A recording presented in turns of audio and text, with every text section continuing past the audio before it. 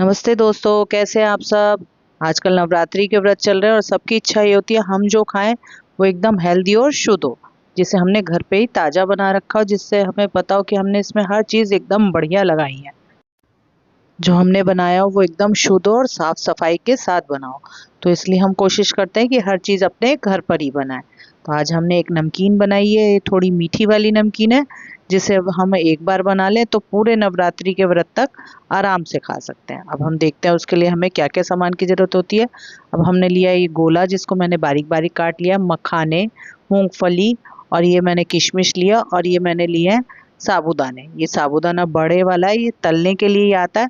अगर आप जाके मांगेंगे कि तलने वाला मखा साबूदाना दे दो तो वो आपको तलने वाला साबूदाना दे देगा। उसके लिए अब हमें ऑयल लेना है। ऑयल को हमें एकदम तेज गरम करना है। जब हम इसमें अपने साबूदाने तलें तो वो ऑयल ना एब्जॉर्ब करें ज़्यादा। अब ये मेरा तेल अच्छे से गर्म हो गया है, तो अब इसमें हम थोड़े से साबूदाने डाल देंगे, जितने हमने लिए हैं उसका 1/4 पार्ट डालेंगे। आप डाल देखते हैं कि डालते ही एकदम से ऊपर आ गए हैं।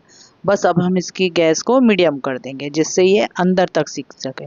अभी तो ये ऊपर से फूले और धीरे धीरे अंदर से सिक जाए। इसको जो आपको काम करना है बहुत सावधानी से करना है, क्योंकि इसमें से बहुत घी छटक रहा था, एकदम ऑयल सारा छिटक के आ रहा था, तो इसलिए थोड़ा दूर रह के काम करना है। और जिस स्पैचुला से काम करें वो थोड़ा लंबे वाला हो, क्योंकि आप ये देखोगे फूल फूल के आ रहे हैं, जैसे पॉपकॉर्न थोड़े थोड़े से पफ होते हैं, ये इसी तरह से पफ हो रहे थे और बहुत घी इसमें से छटक के आ रहा था।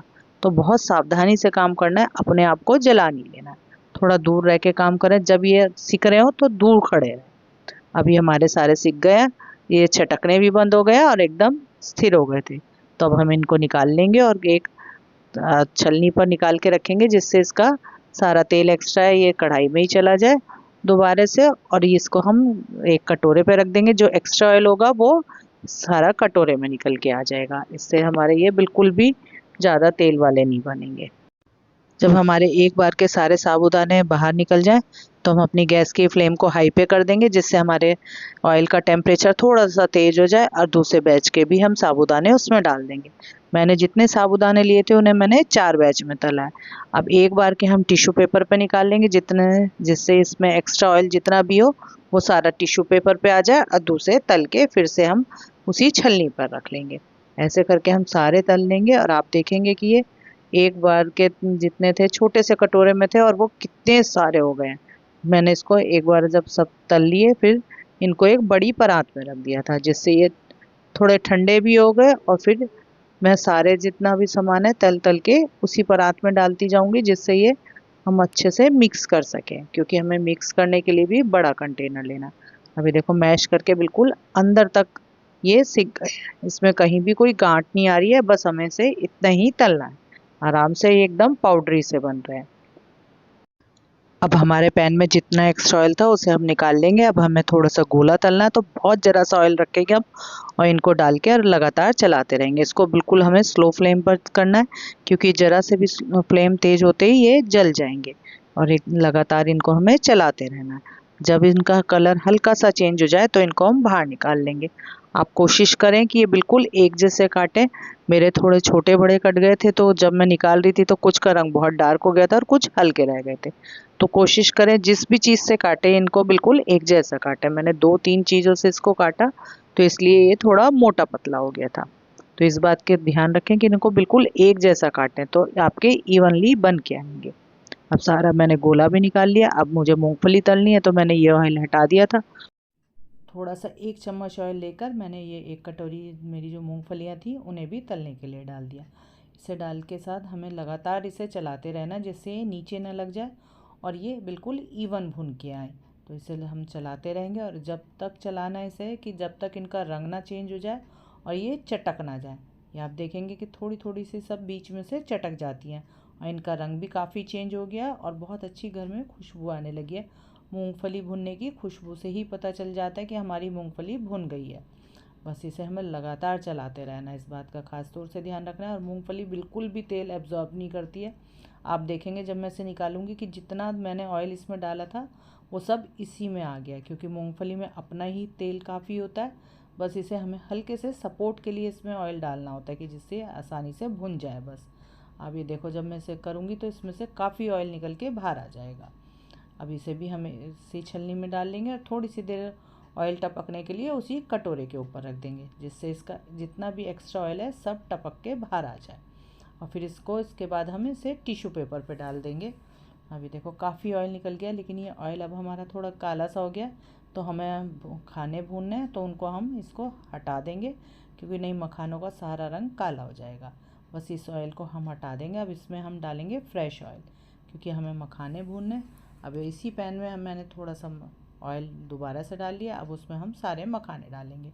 अब ये मखाने मुझे कम लग रहे थे, तो मैंने इसमें थोड़े से मखाने और डाले, क्योंकि जो मेरी नमकीन है उसके हिसाब से ये मखाने कम थे। तो इसका मतलब हमें टोटल 2 कटोरे भर के मखाने लेने हैं, और इन्हें स्लो आंच पर हम लगातार चलाते हुए भूनते रहेंगे। इन्हें भी हमें इतना भूनना है कि अच्छे क्रिस्पी हो जाए। जब इन्हें हम आंच से मैश करें तो एकदम पाउडरी से हो जाए। अब ये देखो मैंने एक मखाना, ये देखो इसमें थोड़ा काला काला सा है, इसको हमें डिस्कार्ड कर देना, क्योंकि काफ़ी कैड़ा होता है। अगर ये मुंह में आएगा तो बहुत गंदा टेस्ट देता है, एकदम बहुत कैड़ा होता है ये। तो इसे निकाल के अब हम लगातार चलाते हुए भूनते रहेंगे।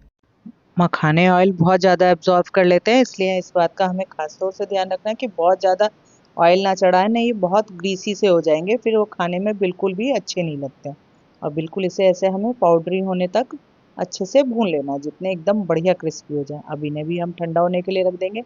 अब ये हैं करी पत्ते, जो मैंने पहले से सुखा के रख रखे थे। हमारे यहाँ इस टाइम फ्रेश करी पत्ता नहीं मिल रहा है, इसकी एकदम नई कोपले आ रही हैं, तो वो हम नहीं तोड़ रहे हैं, तो इसलिए हम इसमें थोड़ा सूखा हुआ करी पत्ता यूज़ करेंगे और इसे भी ऑयल में डाल के हल्का सा भून लेंगे। बस 1 मिनट में हमारा करी पत्ता सारा भुन के तैयार हो जाएगा, क्योंकि सूखा हुआ पहले से ही है। बस 1 मिनट लगेगी और हमारा करी पत्ता भुन जाएगा। जब हमारा ये करी पत्ता अच्छा भुन जाए, एकदम से इसका कलर चेंज हो जाए, तो इसे हम बाहर निकाल लेंगे और इसे भी हल्का सा ठंडा होने देंगे। अब ये सारा भुन गया, बस इसे भी एक छलनी के ऊपर निकाल लेंगे, जिससे इसका एक्स्ट्रा ऑयल है वो भी बाहर निकल के आ जाए। अब हमारी सारी चीज़ भुन के तैयार हो गई हैं, बस अब हमें मिक्सिंग करनी है।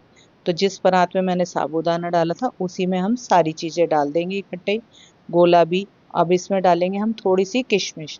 किशमिश ज़रूर डालें, वो इसके टेस्ट को बहुत बढ़ाती हैं, और इसको आपको भूनने की ज़रूरत नहीं है। अगर हम किशमिश भूनते हैं तो उसका टेस्ट चेंज हो जाता है और वो मोटी मोटी फूल जाती हैं, तो इसलिए किशमिश को हम ऐसे ही डालेंगे। अब इसमें डालेंगे हम करी पत्ता, तो उसके लिए करी पत्ते को मुझे तोड़ना है, जिससे ये अच्छे से मिक्स हो जाए। तो मैं एक जगह बना के उसे अच्छे से चम्मच से मैश कर दूंगी, जिससे ये जब हम इसे मिक्स करेंगे तो ये सारी जगह इवनली मिक्स हो जाएगा। बढ़िया तरीके से इसको मैश करके एकदम तोड़ दूंगी। अगर मैं इसे हाथ से करती हूँ तो ये सारा मेरा हाथ से चिपक जाएगा। तो बस अब हम इसे मैश कर लिया इसे हमने। अब इसमें हमें मसाले डालने हैं। उसके लिए हम डालेंगे आधा चम्मच के करीब व्रत वाला नमक, सेंधा नमक, और फिर इसमें डालनी है हमें 4 चम्मच के करीब पिसी हुई चीनी। आपको अगर मीठा जितना पसंद है उस हिसाब से आप इसमें चीनी डाल सकते हैं। मैंने इसमें टोटल 4 चम्मच घर की पिसी हुई चीनी डाली है।